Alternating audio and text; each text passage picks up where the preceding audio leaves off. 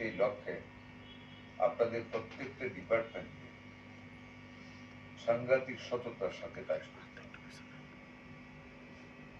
আপনারা জানেন আমি মনের দিক থেকে অনেক নরম সুন্দর মানুষ, বাট আমার কাজে আমি অত্যন্ত কঠিন মানুষ। এখানে আমি কোনো কম্প্রোমাইজ করবো না। ওভার এ ডেভাব I have a pressure from the office of the Prime Minister.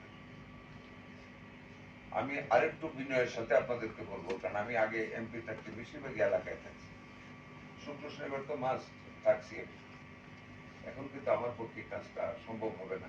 এই যে আজকে আসছি, কালকে কিন্তু আমি মাননীয় প্রধানমন্ত্রীর কাছ থেকে ক্যাবিনেট মিটিং এর পরে একটু ছুটি নিয়েছি 2 দিনে।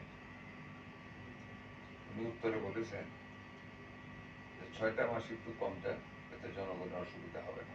একদিনের জন্য যায়, 6 মাস পরে যায়, আগে দেশটা ঠিক করে।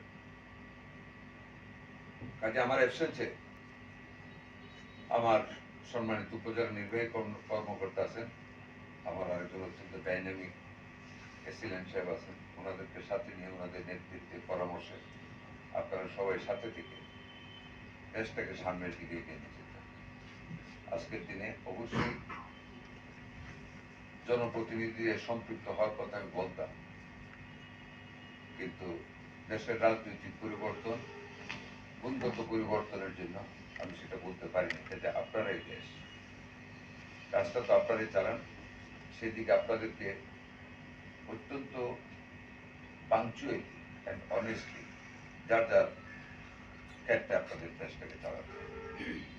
আপনারা জানেন আপনাদের কি দায়িত্ব, সেই দায়িত্বটুকু আপনাদের শতভাগ পালন করতে হবে। আমি সব দায়িত্ব আপনাদের জানি, যার যার কি কি দায়িত্ব। আমি হয়তো কিছু কিছু উল্লেখ করব, বাকিটুকু আপনারাই জানেন।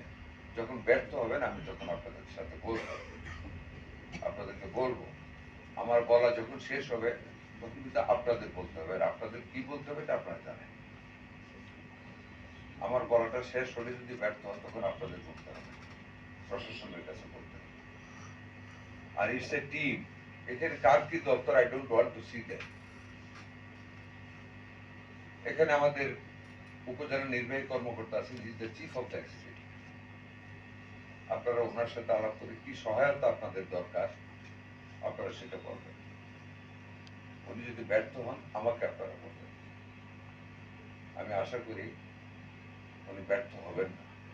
যদি ওনার প্রবলেম হয়, he must discuss the thing with me and I will do that accordingly. আমি একটু কিছু কিছু দপ্তর ওয়াইজ কিছু কথা বলবো।